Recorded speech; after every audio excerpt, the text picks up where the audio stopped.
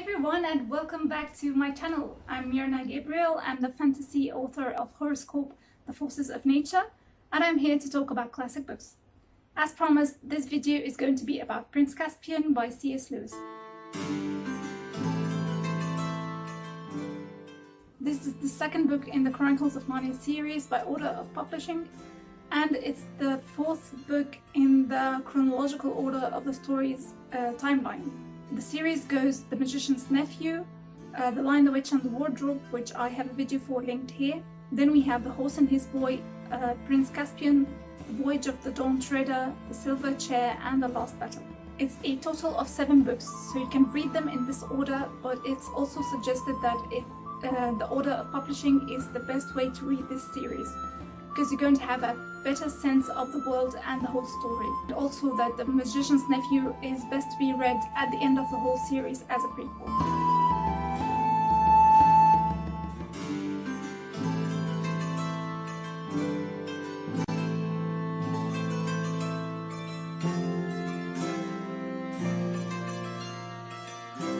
So the story starts with the 4 Pevensey brothers and sisters. It's been a year since they returned from Narnia, and now they are on the train station waiting for a train when something strange happens. They feel magic in the air, something pulls them to stand together, and when they hold hands, everything changes around them. The surroundings vanish, the train station, the people, and suddenly they are standing in the woods. They get out of the woods, and at the edge of it they find a sandy beach. They play and have fun, but then they start feeling hungry and thirsty, and they go out to search for food and clean water to drink. They find an orchard full of apple trees, and beyond it they discover the ruins of an old castle, which they later recognize as Cair Paravel, the castle they lived in when they were the kings and queens of Narnia.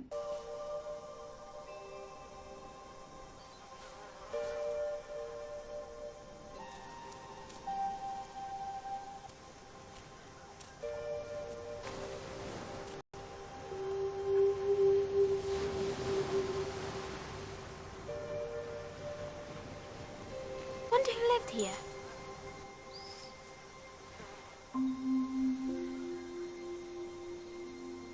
I think we did.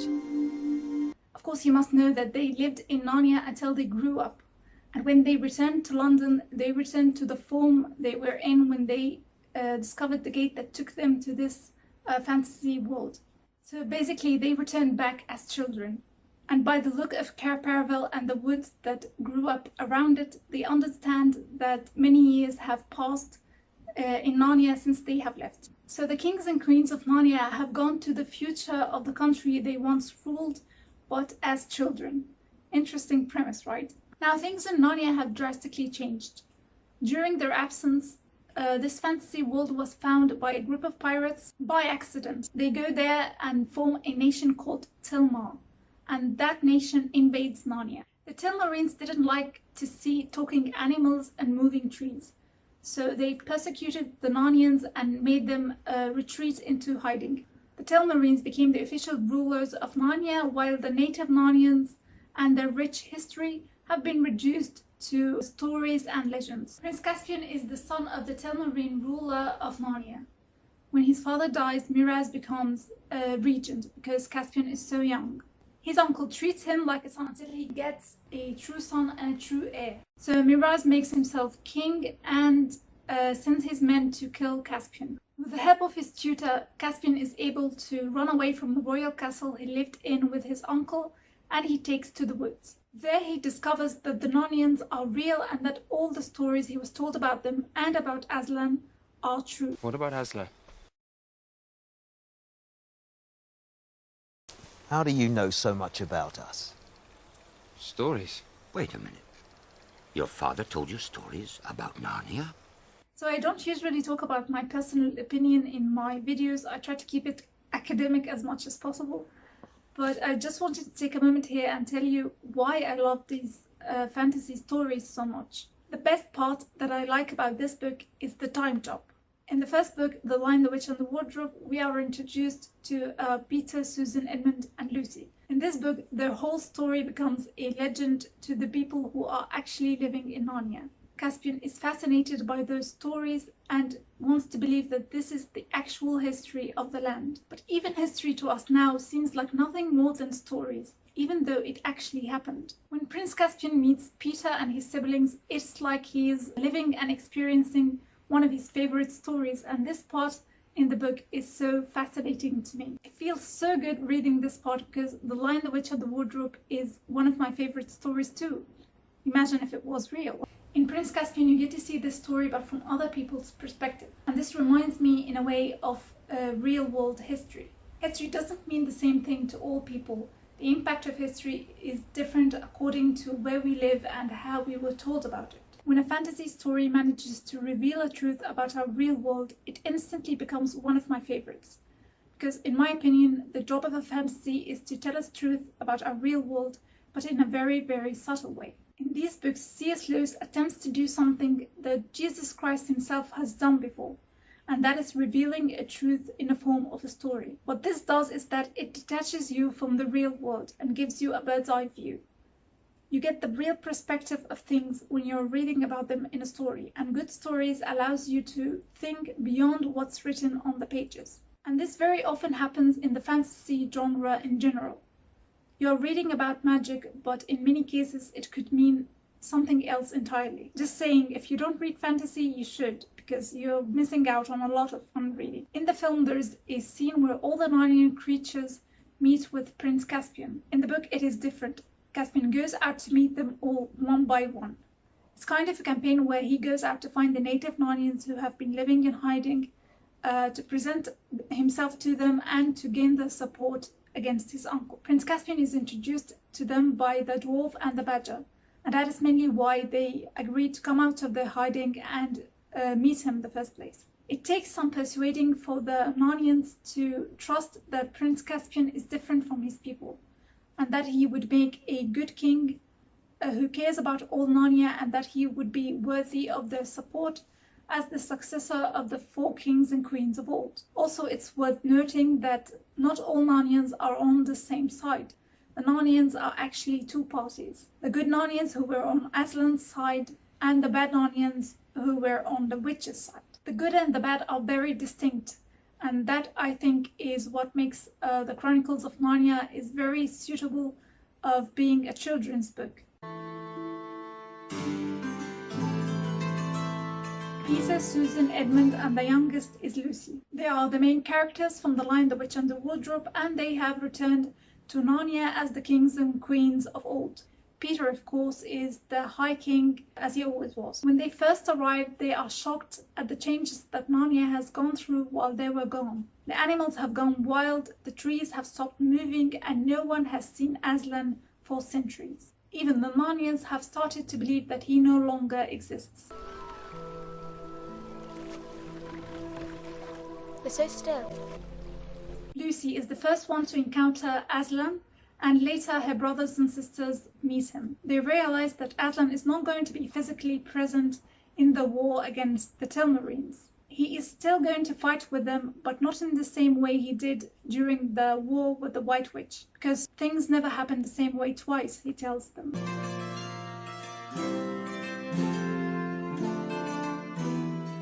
He's the other main character in the novel besides the Pevensey siblings. He's the true heir for the Telmarines' throne in Narnia.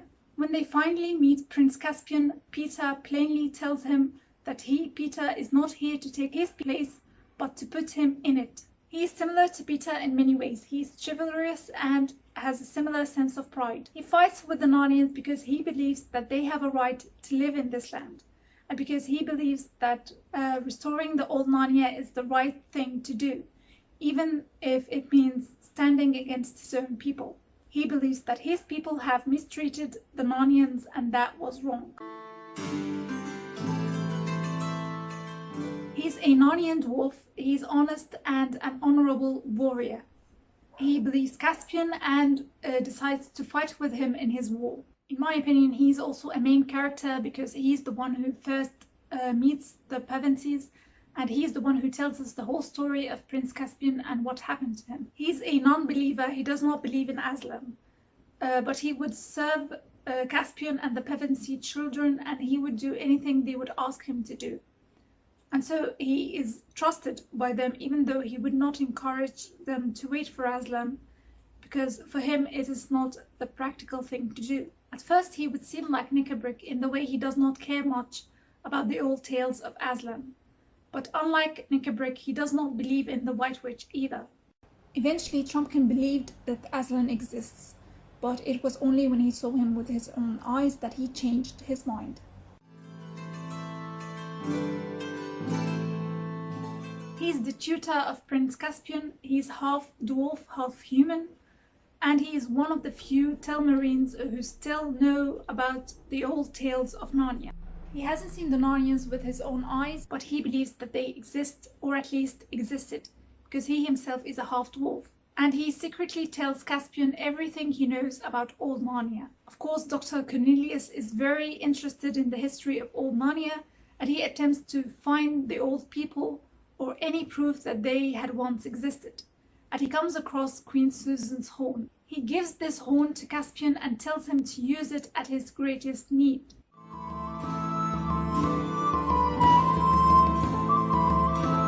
Throughout the whole series, there is a Christian undertone to this whole story, starting from Aslan, who represents Jesus Christ, and the whole allegory of the Lion, the Witch, and the Wardrobe about his act of redemption, to the portrayal of both morals and sins from a Christian point of view. So the theme of religion is present in the whole series, but in each book there is a different angle which C.S.Lewis chooses to focus on. In this book there is a clear comparison between believing and not believing, and that is embodied by the old Narnians who stay true to Aslan even though they cannot see him. He remains in their memories, and the Telmarines and also some of the dwarves who either dismiss the old tales as myth or would rather believe in the White Witch, as in the case of the Narnian dwarf Nikabrik. And of course the story tackles the dilemmas and the conflicts that can come out of having all those different points of view. Sometimes the different point of view is not necessarily in the enemy line as it was in the first book. This book refers to the fact that sometimes friends and family can have different opinions and different convictions. Lucy was the first one to see Aslan, and at first her brothers and sister did not believe her. They were all lost in the forest and Aslan wanted to guide them, but no one would listen to Lucy. And being the youngest, she is torn between following Peter while being sure that he was taking the wrong decision and being unable to correct him, and following Aslan, who no one can see him. The conversation that Lucy has with Aslan highlights this internal conflict that she feels in a very beautiful way.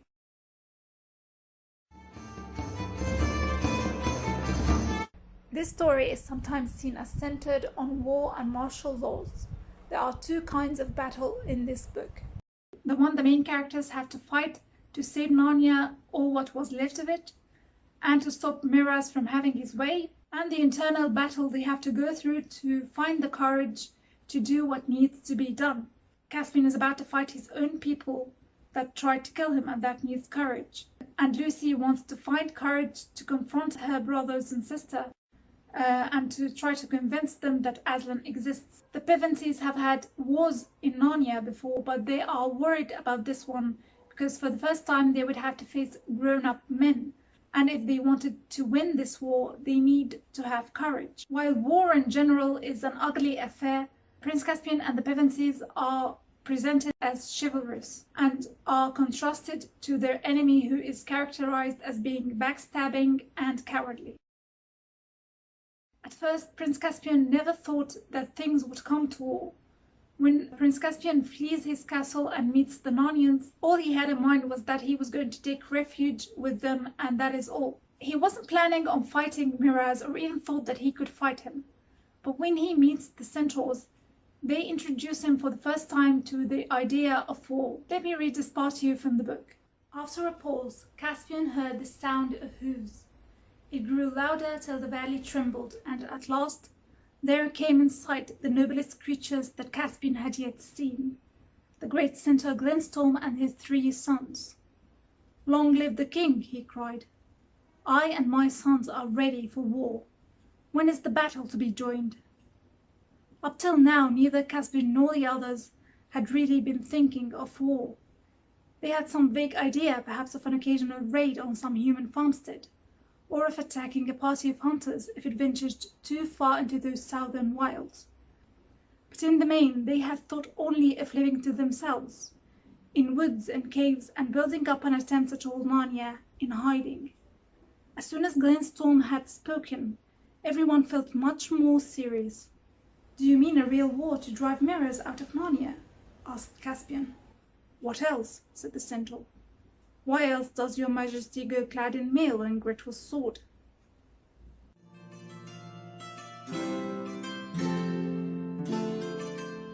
Narnia is a world that is characterized as being wild.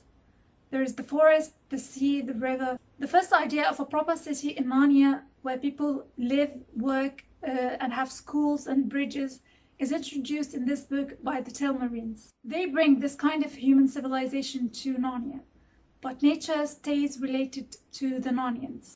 It connects them to the original tales of old Narnia and reminds them of Aslan, who is the creator of Narnia. The Narnians take refuge in nature because they find that they have no place in this man-made civilization. Meanwhile, the humans who are now the Telmarines are afraid of nature. They fear the forest because when they first came to Narnia, the trees could move. And they are afraid of the sea because they know that the true home of Aslan lies beyond the sea. So they don't want to see the sea, and they cut down the trees and hunt the animals, because they also reject any mentioning of talking beasts. They are afraid to enter the woods because they fear that part of old Narnia still lives in it, but they would simply say that the woods have ghosts. Of course, Caspian knows their mentality and tries to use their fears against them.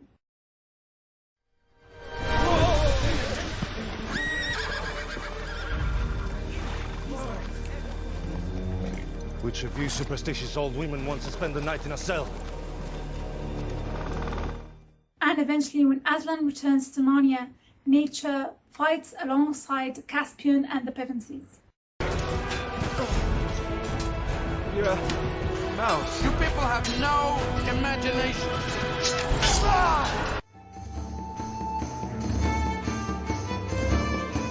The story is written in third-person omniscient point of view. These books are very atmospheric, and that is mainly because of the details of this world that were described in relation to what it means to the Narnians and the history of the place. The symbols and the motifs, all of it refers to Aslan, the creation of Narnia, and the lore that surrounds this world. There are so much beautiful imageries and descriptions in this book that would put you into the scene and make you see, hear, and smell everything as if you're experiencing this with the characters. It was long and steep, but when they came out on the roof of the tower and Caspian had got his breath, he felt that it had been well worth it. Away on his right he could see, rather indistinctly, the western mountains. On his left was the gleam of the great river, and everything was so quiet that he could hear the sound of the waterfall at Bever's Dam a mile away. There was no difficulty in picking out the stars they had come to see. They hung rather low in the southern sky, almost as bright as two little moons, and very close together. They panted up the steep bank, forced their way through some brambles, and found themselves standing round an old tree that was heavy with large yellowish golden apples, as firm and juicy as you would wish to see. Pressing their way between the laden branches, they reached the wall. It was very old and broken down in places, with moss and wallflowers growing on it, but it was higher than all but the tallest trees. And when they came quite close to it, they found a great arch, which must once have had a gate in it, but was now almost filled up with the largest of all the apple trees. They had to break some of the branches to get past, and when they had done so, they all blinked, because the daylight became suddenly much brighter. They found themselves in a wide open place with walls all around it. In here there were no trees, only level grass and daisies, and ivy and grey walls. It was bright, secret, quiet place, and rather sad, and all four stepped out into the middle of it, glad to be able to straighten their backs and move their limbs freely. Because it's a children's book, the tone is hopeful and lighthearted, even though the story talks about war and assassinations. But there are still some moments of tension. There is also humor in situations like when the children were lost and the only food they could find for days was apples. In their first encounter with Trumpkin and with characters like Reepicheep, the mouse that wants to join the war. That's it for now. Thank you so much for watching. If you liked this video, like it and subscribe to my channel so that I would know that you want to see more of this content. And if you have any suggestions for future videos, please leave it in the comments. Forces of Nature is available on Amazon. You can find the link in the description. Have a nice day and see you in the next video.